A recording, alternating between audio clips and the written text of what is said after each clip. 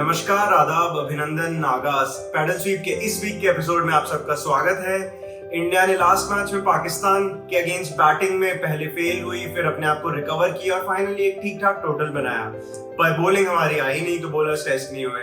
तो इस वीक के एपिसोड में हम अगले इंडिया पाकिस्तान मैच से पहले कुछ की चीजों के बारे में बात करने वाले हैं। केएल राहुल का रिटर्न और what that means for Ishan Kishan, कुछ की प्लेयर्स इंडिया के जो इंडिया को शायद मैच जिता सकें, और उसके बाद लास्ट में हम ग्राउंड के बारे में बात करने वाले हैं जहां ये मैच होने वाला है आर प्रेमदासा स्टेडियम, श्रीलंका। तो शुरू करते हैं। यार शालिन, अगर पिछला इंडिया पाकिस्तान का मैच देखे तो उसमें हमारा टॉप 5 था रोहित, गिल, विराट, श्रेयस अय्यर और ईशान किशन। और मोस्टली लाइक ऑलमोस्ट पूरा टॉप 5 फेल हुआ था एक्सेप्ट फॉर ईशान किशन जिन्होंने बहुत ही अच्छी इनिंग्स खेली थी। लेकिन क्योंकि अब केएल राहुल अवेलेबल हो गए तो अब ईशान किशन के साथ क्या होगा? पहली बार क्या केएल राहुल टीम में आएंगे? अगर आएंगे तो किसकी जगह आएंगे? यार केएल राहुल अगर टीम में आएंगे तो एक ही इंसान की जगह आ सकते हैं, ideally Ishan Kishan. I think India stick करेगा जो उनका पहले से सोचा हुआ फॉर्मूला था कि ईशान किशन नहीं, केएल राहुल हमारा फर्स्ट चॉइस है।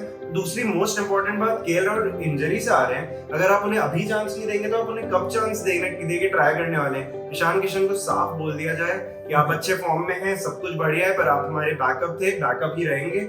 केएल राहुल को हम पहली बार चांस देने वाले हैं इस मैच में, मेरा ये ओपिनियन। करेक्ट। वैसे कुछ लोगों का, काफी सारे एक्सपर्ट्स और काफी सारे लोगों का ये ओपिनियन है क्योंकि ईशान अच्छे फॉर्म में, एग्री, ईशान बहुत अच्छे फॉर्म में है तो उन्हें प्रिफर किया जाना चाहिए ओवर केएल राहुल। बट मेरा प्रॉब्लम इससे ये है कि पिछले जो इंडिया पाकिस्तान मैच है उसके पहले तक हमारा clearly first choice wicket keeper थे केएल राहुल।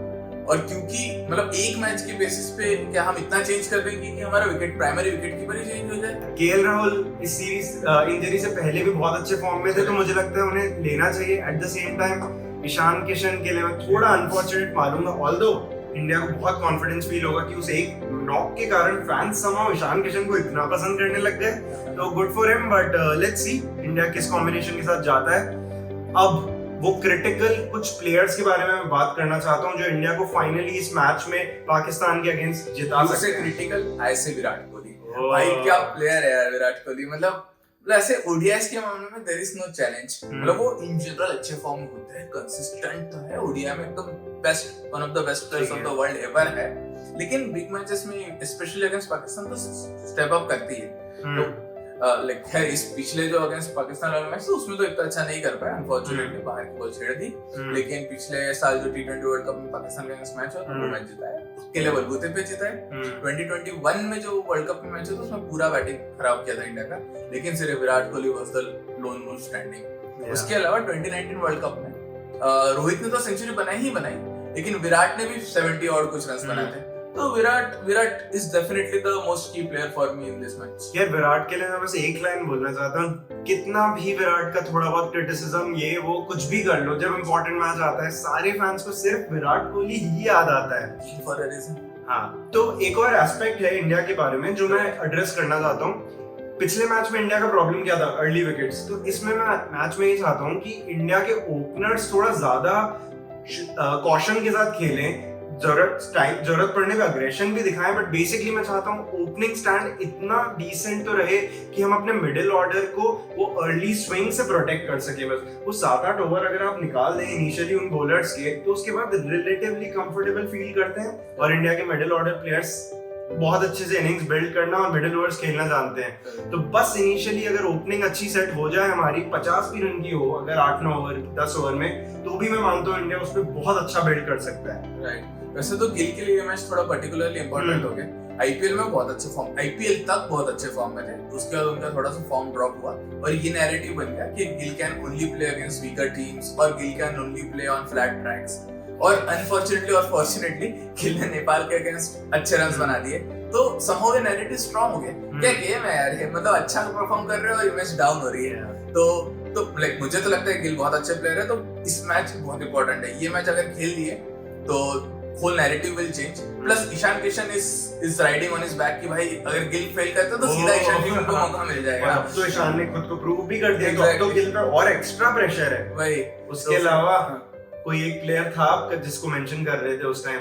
ओह हार्दिक यार। तो हार्दिक के of field non cricketing aspects की अगर बात करते हैं जो लोग, तो वो मे भी इतने कंफर्टेबल नहीं है फैंस एंड इन जनरल, मैं नहीं बट इन जनरल फैंस, क्योंकि शायद थोड़े यूनिक इंसान है लेकिन उनका cricketing aspect specially in big matches stand out कर जाता है। मतलब विराट तो इन जनरल कंसिस्टेंट है और थोड़ा सा स्पाइक आ जाता है इन बिग मैचेस, लेकिन हार्दिक तो ऐसे इतने कंसिस्टेंट भी नहीं विराट जितना बिग मैचेस ऐसा बड़ा सा स्पाइक आ जाता है।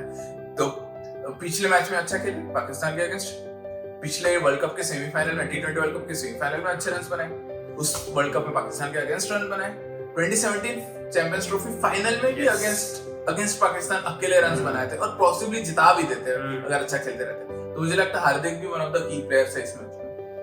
एक प्लेयर जिसके लिए मैं और सारे इंडियंस बहुत टाइम से एक्साइटेड थे, उन्होंने T20 में अपना कमबैक किया, पर जब ओडीआई में आए तो पहले मैच में बारिश हो गई और दूसरे मैच में उन्हें बच्चा हो गया, जसप्रीत बुमराह। जी हाँ, congratulations to Jasprit Bumrah for his baby boy. But at the same time भाई, बुमराह के आने से क्या कॉन्फिडेंस आता है इंडियन टीम को।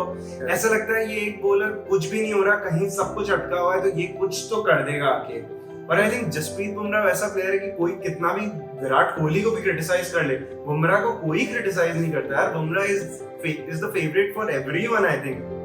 और अभी लाइक इंडियन प्लेयर्स की तो हमने बात कर ली, पाकिस्तान प्लेयर्स के बारे में कुछ बात करनी है कि कौन इंपॉर्टेंट प्लेयर्स है या क्या? मैं एक प्लेयर मेंशन करूंगा जिसने पिछले मैच में ऐसा कुछ नहीं किया था, तो थोड़ा सरप्राइज हो सकता है, वो है शादाब खान। इस स्टेडियम में, जिसके बारे में हम आगे बात करेंगे, स्पिन फ्रेंडली कंडीशंस होती है, तो शादाब खान वो प्लेयर बन जाता है जो मिडिल ओवर्स में इंडिया के बैट्समैन को ट्रबल कर सकता है। और उसके अलावा बाकी स्पिनर्स भी, पाकिस्तान के पास खूब सारे ऑप्शंस हैं।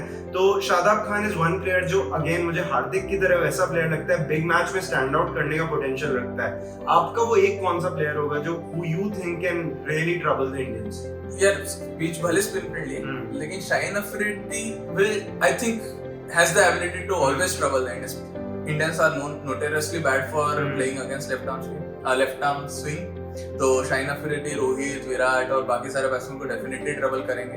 हर मैच में आते हैं, विकेट लेके जाते हैं, प्लस लेफ्ट आर्म एंगल है, स्विंग है, पेस है, तो like all ingredients for a perfect bowler. और मुझे in general left arm bowler से वैसे भी डर लगता है। उसके अलावा जस्ट हैरिस श्रॉफ के बारे में एक दो लाइन बोल देता हूँ कि हैरिस श्रॉफ को जो 2 छक्के मारे थे विराट कोहली ने, उसकी वजह से उनकी मैच काफी चिंदी हो गई थी। पर बहुत अच्छे बॉलर है यार वो, पिछले 3 मैचेस में अच्छे विकेट्स लिए, 4 विकेट, 2 विकेट, 3 विकेट। तो हैरिस श्रॉफ भी एक ट्रबलसम बॉलर डेफिनेटली है। ठीक है, प्लेयर्स की हमने बात की, अब मैं अपने फेवरेट सेगमेंट की तरफ जा रहा हूँ। आर प्रेमदासा स्टेडियम श्रीलंका, कोलंबो में है, उसके बारे में थोड़ी बात करते हैं, उसके स्टैट्स देखते हैं। फर्स्ट इनिंग्स का एवरेज स्कोर रहता है इस ग्राउंड पे 254, नॉट अ लॉट, बट ये भी बताता है इसका मतलब कि 250 बना लिए तो you are somewhere. At the same time winning score इस ग्राउंड पे 265 है, मतलब 10 रन एक्स्ट्रा बनाओ तो विनिंग प्रोबेबिलिटी बढ़ जाती है। एक अच्छी चीज ये है इस ग्राउंड पे कि toss does not play a very crucial role, क्योंकि बैटिंग फर्स्ट भी 5 बार जीती है टीम और चेस करते हुए भी 5 बार जीती है, अगर हम पिछले 10 मैच का रिकॉर्ड देखें तो। अगर आप ग्राउंड के डायमेंशंस की बात करते हैं तो विड्थ में वो है 65 मीटर्स और लेंथ में 75 मीटर्स। तो ग्राउंड इतना बड़ा नहीं, इनफैक्ट छोटा ही है नॉर्मल ग्राउंड से, तो इसलिए बोला जाता है कि स्टार्टिंग में बैट्समैन को हेल्प करता है। लेकिन ये पिच ऑलरेडी स्लो है और धीरे धीरे और स्लो होते जाती है, तो spin really comes into play और स्पिनर्स बहुत अच्छा करते हैं इस पे। पिछले 10 मैचेस के हमने स्टैट्स देखे तो उसमें दिखता है कि 86 विकेट स्पिनर्स ने लिए और 66 पेसर्स ने, तो स्पिनर्स आर रियली इंपॉर्टेंट।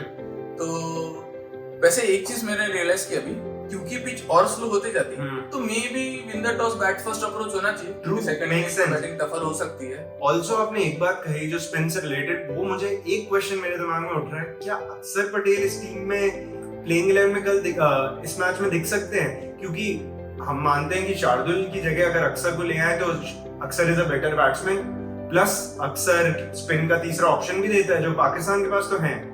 तो do you think that makes sense? Yeah, definitely makes sense. मतलब I think शार्दुल और अक्षर को इसी तरह देखा जाना चाहिए, डिपेंडिंग ऑन द कंडीशंस। अगर 3 पेसर्स खिलाने हैं तो शार्दुल, 3 स्पिनर खिलाने तो Axar, and Axar is probably a better batsman than Shardul and is more conductive to the conditions. तो may be I think this is a solid point कि अक्षर को शायद खिलाया जा सकता है इस मैच में। और एक्चुअली इंडिया के पास जो थर्ड स्पिनर मिसिंग है वो भी टेस्ट हो जाएगा कि अक्षर एक्चुअली कैसे बॉलिंग फॉर्म में और कैसा परफॉर्म करते हैं। ये तो चहल बैठे ही बाहर ले आओ। तो that's it from this episode of Paddle Sweep. Do let us know in the comments if you think KL Rahul और ईशान किशन में से कौन खेलने वाले हैं। Also अपनी playing 11 बताइए कि do you see अक्षर playing in this match? तो like, share and subscribe to the channel. Thank you.